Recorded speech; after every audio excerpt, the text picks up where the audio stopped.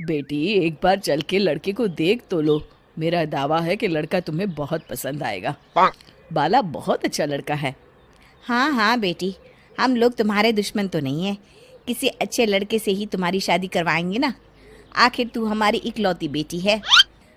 अच्छा ठीक है माँ, अब ज़्यादा भावुकतापूर्ण शब्दों का इस्तेमाल ना करो। मैं चलने के लिए तैयार हूँ। चलो फिर, बिना देर के हम सब चलते हैं। सभी बाला के घर पहुंचते हैं। अरे क्या बात है बहन जी, अभी तक आपका बेटा नहीं आया? जी बस आता ही होगा। तभी वहां बाला आता है। लो जी, आ गया मेरा बेटा। ये लोग तुझे देखने आए हैं और ये इनकी बेटी नम्रता है। बाला के सर पर बिल्कुल बाल नहीं होते। ये देख नम्रता और उसके परिवार वालों की आंखें फटी की फटी रह जाती है।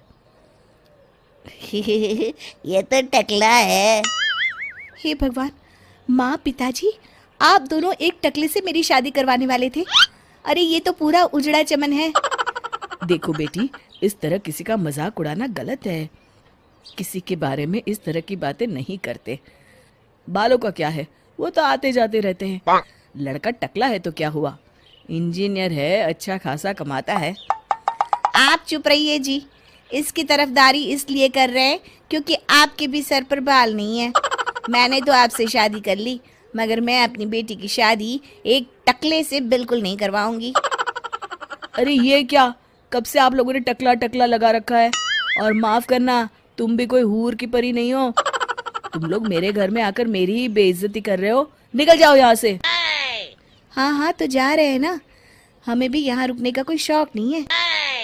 नम्रता और उसके परिवार वाले उठकर वहां से जाने लगते हैं। तभी नम्रता का छोटा भाई जाते जाते कहता है, टकला, तेरा बाप टकला। और इस तरह बाला का रिश्ता टूट जाता है। फिर एक दिन सड़क के किनारे एक आदमी घूम घूम कर कंधी बेच रहा होता है। कंधी ले लो, कंधी, एक से बढ़िया एक कंघी ले लो, नए जमाने की कंघी ले लो। अरे भाई ये ले लो। घूमते घूमते वो बाला के पास पहुंच जाता है। अरे भाई साहब, कंधी लोगे क्या? ये लो। तभी उसकी नज़र बाला के सर के ऊपर पड़ती है। अरे माफ़ करना भाई साहब, आप इसे लेकर क्या करोगे? आपके सर पर तो बाल ही नहीं है, आपका तो स्टेडियम पूरा खाली है।